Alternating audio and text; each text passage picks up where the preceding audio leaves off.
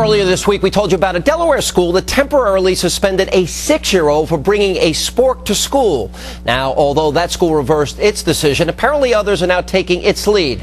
Matthew Whalen, a 17-year-old Eagle Scout from upstate New York, was suspended for 4 weeks by his high school, and you won't believe why. Now, Whalen kept a knife similar to this one in the trunk of his car as part of a survival kit.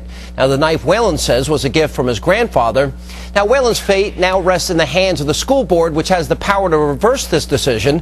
And the school district superintendent, George Goodwin, maintains that the district has a zero-tolerance policy with regard to all weapons. Now, we reached out to members of the school board for comment today, and we're going to put the members' names on the screen for you to see, and want to report to you that 7 of the 9 members did not return our telephone calls. Now, board member P.J. Higgett referred us back to the superintendent, and Bonnie Lance's husband told us that she supports the school's course of action 100%. But here is the good news. Whalen hopes to attend West Point, and he did receive word from the school earlier today that they will not hold this suspension against him. And joining me now to discuss this is Matthew Whalen and his father, Brian. Guys, welcome to the program. Thanks for being here. We're really appreciative of your time. Thanks. Thank you for having me, Mr. Hannity. Thank you, Sean. All right.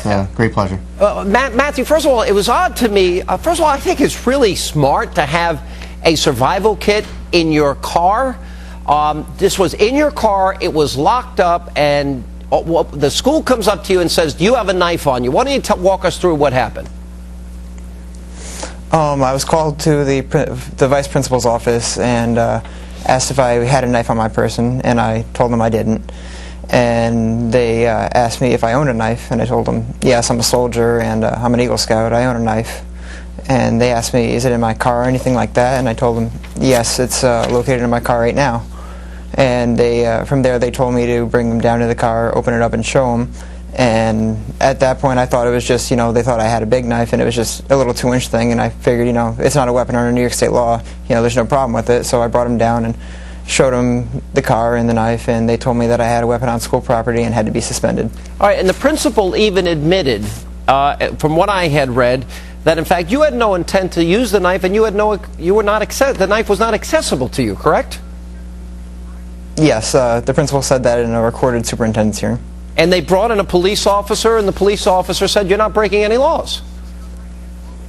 Yes, the little pocket knife, because of the size and everything with it, it wasn't a weapon under New York State law, and he said that there's nothing illegal about the situation. I find this amazing. Now, I also found more amazing is your story that you had received from the Scouts a medal and a distinction and an honor because you had saved somebody's life.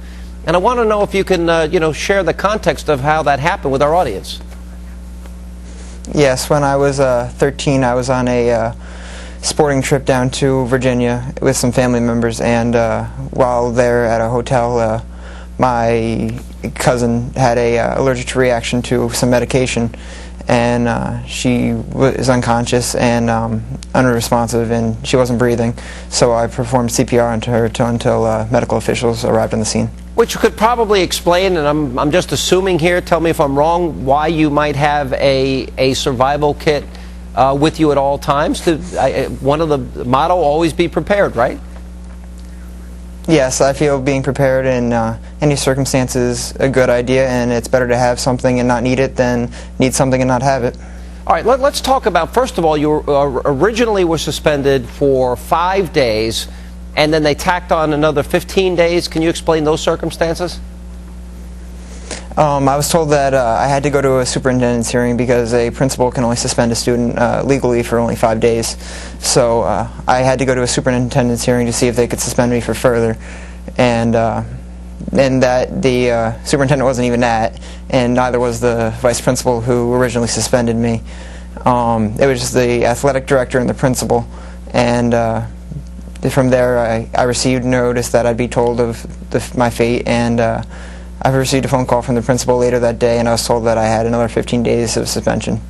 What was amazing to me, and I thought you had a pretty interesting line, and I thought it was very clever. You made the argument that, well, if this is a weapon, well, somebody that has a baseball bat on a baseball team, they could use that as a weapon. Yes, under their blanket definition of a weapon, it's anything that can be reasonably considered a weapon. And I mean, a bat, in my eyes, is a much better weapon than a 2-inch pocket knife locked in someone's car. Yeah. All right. Let alone that or a tire iron. Yeah, I mean, anything could be used in a weapon based on the attempt, but you didn't have any access to it. It was locked up safely in a car.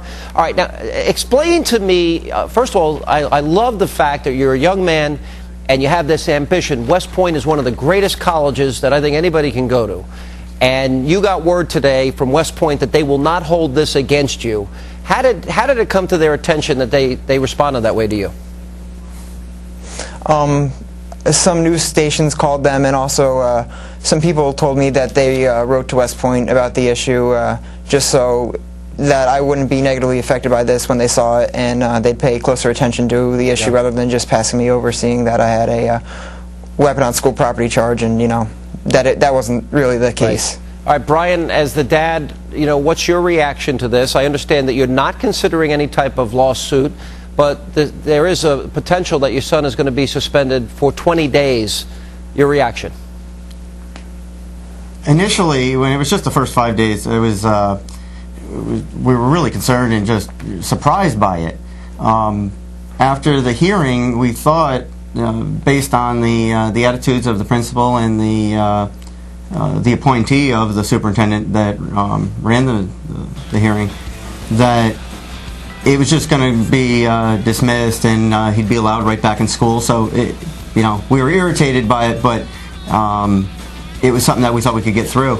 But when a couple days later, when they tacked on the additional days that have ultimately brought it up to be a month out of school, that was outrageous and very infuriated. So we contacted the media at that point, and I actually have retained an attorney now, and we'll be exploring that measure to try and get his record expunged. Matthew, you did nothing wrong. Good luck at West Point, and we'll be looking forward to seeing great things for you in your future. Thank you for being with us.